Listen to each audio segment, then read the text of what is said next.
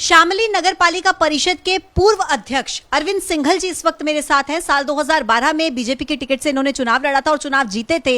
इनसे जानते हैं कि आप 5 साल अध्यक्ष के पद पर रहे, कितना काम आपने शामली नगर पालिका के लिए किया और आपको क्या लगता है कि अभी क्या क्या कमी बाकी है? शामली नगर पालिका में 60 वर्षों से घर में पानी पहुंचने की दिक्कत होती थी। 1.5-2 घंटे पानी आता था।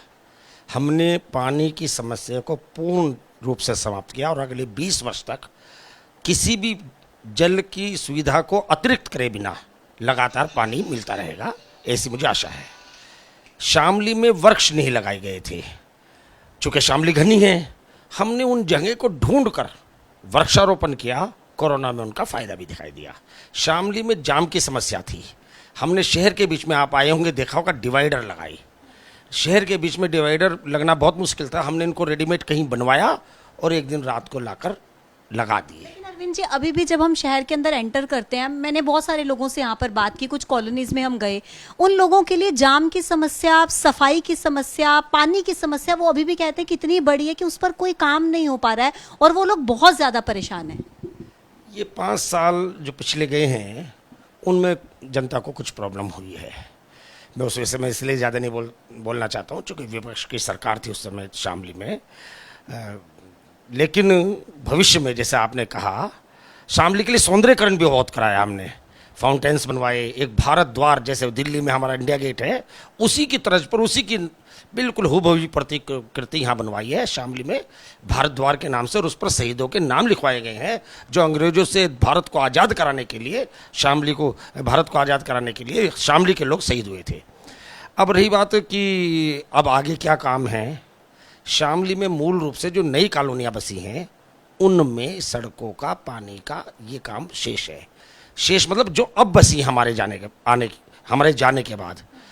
इस बीच में इस 5 वर्षों में कुछ कम काम हुआ है, लेकिन निश्चित रूप से पूरा काम कराएंगे। लेकिन आपको क्या लगता है अरविंद जी, एक सवाल जो बहुत ज़्यादा ज़रूरी हो जाता है कि यहाँ के लोग निर्दलीय प्रत्याशी पर अपना भरोसा जता रहे हैं, जबकि भारतीय जनता पार्टी है, गठबंधन है, बसपा है और अब तो आम आदमी पार्टी भी निकाय चुनाव लड़ रही है। क्या जो पार्टी के नेता कार्यकर्ता हैं वो ग्राउंड लेवल पर यहाँ के लोगों से नहीं जुड़ पा रहे? आपको क्या लग रहा है इसके पीछे? ये भी एक बड़ी विडंबना है जो आपने बताई।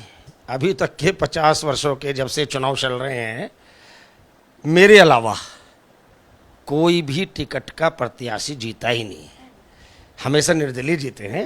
तो निश्चित रहे अब की बार टिकट पे ही जीतेंगे और भारतीय जनता पार्टी यहाँ पर ट्रिपल इंजन की सरकार बनाएगी। आप निश्चिंत रहिए। और वो ट्रिपल इंजन की सरकार का ये फ़ायदा होगा कि केंद्र से लेकर स्टेट दोनों की सहायता से हम शामली का विकास कर पाएंगे।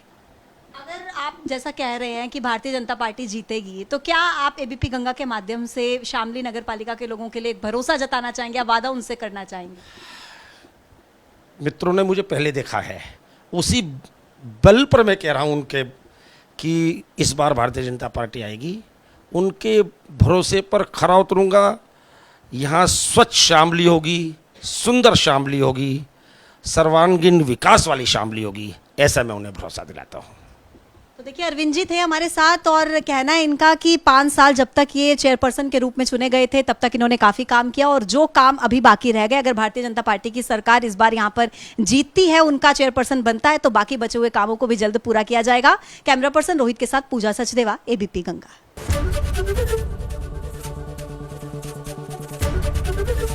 एबीपी गंगा, खबर आपकी, जुबान आपकी।